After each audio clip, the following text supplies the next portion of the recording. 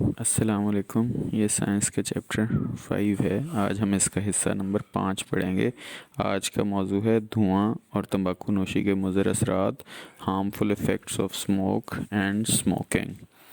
کچھ لوگ تمباکو چباتے ہیں، کچھ اسے حقے یا سگریٹ میں پیتے ہیں۔ تمباکو کے دھوئیں سے بہت سے کیمیائی مادے نکلتے ہیں جن میں نکوٹین، ٹار اور کاربن مونوکسائڈ بہت اہم ہیں۔ نکوٹین بہت زہریلا کیمیائی مادہ ہے۔ نکوٹین ہی کی وجہ سے تمباکو نوشی کی عادت ترک کرنا مشکل ہوتا ہے۔ سگریٹ پینے والا نکوٹین کا عادی ہو جاتا ہے۔ نکوٹین کا ایک اور بڑا اثر یہ ہے کہ اس سے خون کی شریانیں سکڑ جاتی ہیں، جس سے خون کا جسم کے تمام حصوں تک پہنچنا مشکل ہو جاتا ہے۔ ٹار ایک لیس دار چپکنے والا مادہ ہے جو سگریٹ پینے والوں کے پھیپھڑوں کے خلیوں کے ارد گرد جمع ہوتا رہتا ہے جس سے پھیپھڑوں کے کام کرنے کی صلاحیت متاثر ہوتی ہے۔ ٹار ایک ایسا مادہ ہے جو پھیپھڑوں کا کینسر پیدا کرتا ہے۔ کاربن مونو آکسائڈ خون میں شامل ہو کر آکسیجن کی مقدار کو گھٹا دیتی ہے۔ چونکہ تمام جسم کے سیلز کو آکسیجن کی ضرورت ہوتی ہے، اس لیے آکسیجن کی کمی کو پورا کرنے کے لیے دل کو زیادہ تیزی سے دھڑکنا پڑتا ہے، جس سے دل کے پٹھوں پر ضرورت سے زیادہ بوجھ پڑتا ہے۔ اسی لیے سگریٹ پینے والوں کو دل کی بیماریاں سگریٹ نہ پینے والوں کے مقابلے میں زیادہ ہوتی ہیں۔ جیسے جیسے انسان ترقی کرتا جا رہا ہے، آبادی میں اضافہ ہوتا جا رہا ہے، اسی تناسب سے فضا میں دھوئیں کی آلودگی بڑھتی جا رہی ہے۔ یہ دھواں اوزون کے نیچے تہ در دہ جمع ہوتا رہتا ہے، جس سے زمین کے درجہ حرارت میں اضافہ ہو رہا ہے۔ دھوئیں میں موجود کچھ کیمیائی مادے اوزون کو کھانا شروع کر دیتے ہیں، اوزون کی تہ میں سوراخ بنا دیتے ہیں، جن میں سے سورج کی شعاعیں براہ راست زمین پر انسانوں، حیوانوں اور دوسرے نباتات پر اثر انداز ہوتی ہیں۔ ان شعاعوں کے اثر سے ان میں جینیاتی تبدیلیاں پیدا ہو جاتی ہیں۔ انسانوں میں جلد کے کینسر میں اضافہ ہو جاتا ہے۔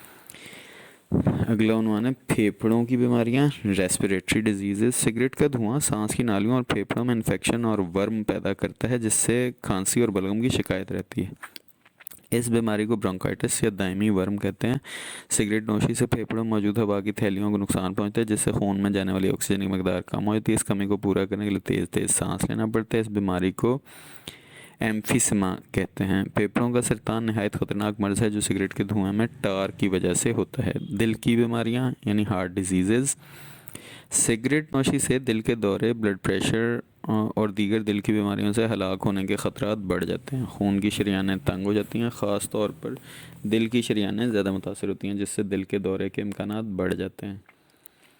جلد کی بیماریاں یعنی اسکن ڈیزیزز۔ جلد کی بیماریوں میں اہم خارش کی بیماری ہے۔ سگریٹ نوشی سے جلد کی رنگت بھی متاثر ہوتی ہے، چونکہ خون میں آکسیجن کی کمی کا اثر جلد پر بھی پڑتا ہے۔ جلد پر وقت سے پہلے جھریاں پڑ جاتی ہیں اور بڑھاپے کے آثار نمودار ہو جاتے ہیں۔ دماغی بیماریاں یعنی مینٹل النیسز۔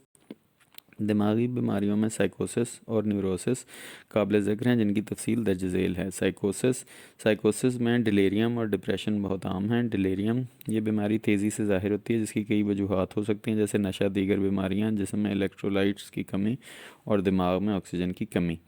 یہ بیماری جسم پر مختلف اثرات چھوڑتی ہے، جیسے کہ بگڑتی ہوئی گفتگو، کپ کپی طاری ہونا، آنکھوں کا تیزی سے حرکت کرنا، دو دو نظر آنا، نیند نہ آنا، پریشانی میں دھوشی، گھبراہٹ، فریب نظر۔ یہ ڈر کے لوگ اسے نقصان پہنچائیں گے۔ اس بیماری میں مریض کو سمجھائیں گے وہ اپنے ارد گرد کے لوگوں پر اعتماد کرے۔ ڈپریشن، اس میں انسان کی طبیعت ہمیشہ پریشان و معمول سے کم رہتی ہے۔ زیادہ تر صبح کے وقت مزاج مدھم ہو جاتا ہے، سوچ میں کمی اور فیصلہ کرنے کی صلاحیت میں کمی ہو جاتی ہے، اور مریض خود کو حقیر سمجھنے لگتا ہے اور ہر کام میں خود کو قصوروار سمجھتا ہے۔ اس بیماری میں نیند اور بھوک میں کمی ہو جاتی ہے، وزن گرنا شروع ہو جاتا ہے، سر اور کمر کا درد رہتا ہے۔ مریض کی تمام کاروباری اور گھریلو مصروفیات کو ترک کر دیں اور اس کی کونسلنگ کے ذریعے بہتر کرنے کی کوشش کریں۔ نیوروسس میں ہسٹیریا اور فوبیا قابل ذکر بیماریاں ہیں۔ ہسٹیریا یہ بیماری زیادہ تر عورتوں میں ہوتی ہے۔ اندھا یا بہرا پن، سر درد، کانوں میں گھنٹیاں بجنا، گونگا پن، فالج، کپ کپی طاری ہونا، دورہ پڑنا اور بھوک نہ لگنا اس بیماری کے علامات ہیں۔ اس کے علاج کے لیے طویل گفتگو کریں، اس میں مریض کو بولنے کا موقع زیادہ دیں۔ اگر حالات اور واقعات وہی رہیں تو یہ بیماری دوبارہ بھی ہو سکتی ہے۔ فوبیا بیجا اور نامناسب ڈر یا خوف جو صرف کسی ایک جگہ، شخص یا چیز سے متعلق ہو، مثلا بس، کھلی جگہ یا بند جگہ وغیرہ، فوبیا جیسی بیماری کی علامات ہیں۔ مریض اس جگہ یا چیز سے بچنا شروع کر دیتا ہے۔ اس بیماری کا علاج ڈاکٹر سے مشورے کے مطابق کروانا چاہیے۔ Nervous break down, depression nervous break down کا موجب بنتا ہے۔ عموماً ڈپریشن کا مریض اداس، مایوس اور ناخوش ہوتا ہے۔ زیادہ تر لوگوں میں یہ کیفیت دیر تک برقرار نہیں رہتی، لہٰذا ان میں نروس بریک ڈاؤن نہیں ہوتا۔ یہ مرض اسی صورت میں تشخیص ہوتا ہے جب مریض اداسی کا شکار ہوتا ہے۔ اس صورت میں اس کی چند اور بھی علامات ہوتی ہیں۔ یہ علامات اور اداسی لمبے عرصے تک رہتی ہیں اور معمول کی زندگی میں حائل ہوتی ہیں۔ کچھ لوگوں کو ڈپریشن یا نروس بریک ڈاؤن اس وقت ہوتا ہے جب وہ زندگی کسی حادثاتی دور میں داخل ہوں. تنہائی، بیماری کے بعد مالی مشکلات، کسی کی موت یا علیحدگی اور طلاق کے بعد ڈپریشن ہو سکتا ہے. بعض خواتین بچے کی پیدائش کے بعد ڈپریشن کا شکار ہو جاتی ہیں. جدید تحقیق کے مطابق دماغ میں کیمیکل مادہ جو کہ دماغی پیغام پہنچانے میں نہایت اہم کردار ادا کرتا ہے، اس کی مقدار میں ڈپریشن میں نہایت کم ہو جاتی ہے. ڈپریشن میں مریض اداسی کا شکار ہوتے ہیں. کبھی کبھار وہ چڑچڑے بھی ہو جاتے ہیں، اپنے آپ اور ارد گرد کے ماحول سے بے اعتنائی برتنے لگتے ہیں. وہ چیزیں جن سے پہلے دلچسپی تھی اب غیر دلچسپ لگتی ہیں. سوچ اداس اور منفی ہو جاتی ہے، خاص طور پر اپنے بارے میں، مستقبل کے بارے میں سوچ منفی خیالات میں مبنی ہوتی ہے. ان لوگوں میں فیصلہ کرنے کی صلاحیت کم ہو جاتی ہے اور چیزیں بھولنے بھی لگتے ہیں. ان لوگوں میں اعصابی تناؤ بھی پیدا ہو جاتا ہے. اگر یہ علامات شدت اختیار کر جائیں تو مریض میں خودکشی کرنے کا امکان بڑھ جاتا ہے. ڈرگ اگلا عنوان ہے.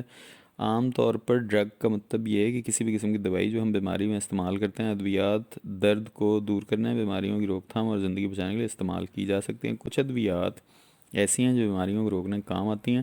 ان ادویات کو ویکسین کہا جاتا ہے. ویکسین جس میں اینٹی باڈی بنانے میں مدد دیتی ہیں. یہ اینٹی باڈیز ہمارے جسم کو کئی بیماریوں سے بچاتی ہیں. مثال کے طور پر اگر کسی کو خسرے کا ٹیکہ لگا ہوا ہے تو اسے خسرہ نہیں ہو سکتا کیونکہ اس کے جسم میں خسرے کی اینٹی باڈیز موجود ہیں. بہت سے لوگ ڈرگ سے مراد خلاف قانون دوا یا خواب آور دوا لیتے ہیں. حقیقت میں اس اصطلاح کا مفہوم یہ ہے کہ ایسی ڈرگ جو استعمال کرنے والوں کے لیے اس قدر نقصان دہ اور خطرناک ہو کہ انہیں استعمال کرنا، رکھنا یا ان کا کاروبار کرنا خلاف قانون ہو. تقریباً تمام قسم کی ادویات خواہ خلاف قانون ہوں یا جائز کچھ حد تک نقصان دہ ضرور ہوتی ہیں، لیکن لوگوں کو ضرورت کے تحت بیماری کے دور کرنے یا درد سے آرام کے لیے ادویات کا استعمال کرنا پڑتا ہے. میڈیسن ادویات کی وہ قسم جو ڈاکٹر کے مشورے کے مطابق ایک مناسب مقدار میں بیماریوں کے علاج میں استعمال کی جائے میڈیسن کہلاتی ہے. پین کلرز یہ ایسی ادویات ہیں جو کہ درد سے نجات دلاتی ہیں. ایسپرین اور پیراسیٹامول درد کو ختم کرتی ہیں. نارکوٹکس ایسی ادویات جو کہ درد سے نجات دلائیں اور نیند، غنودگی اور نشہ طاری کریں نارکوٹکس کہلاتی ہیں. اوپیم اور مورفین اس کی اہم مثالیں. سکون آور ادویات وہ ہیں جو ڈاکٹر تھوڑی مقدار میں مختصر عرصے کے لیے سکون اور درد سے نجات کے لیے دیتے ہیں اور جو سونے میں مدد دیتی ہیں. نشہ آور خلاف قانون ادویات جنہیں ہم منشیات کہتے ہیں، ان کا سب سے بڑا خطرہ اس حقیقت میں ہے کہ یہ بہت تیزی سے ایک شخص کو اپنا عادی بنا لیتی ہیں.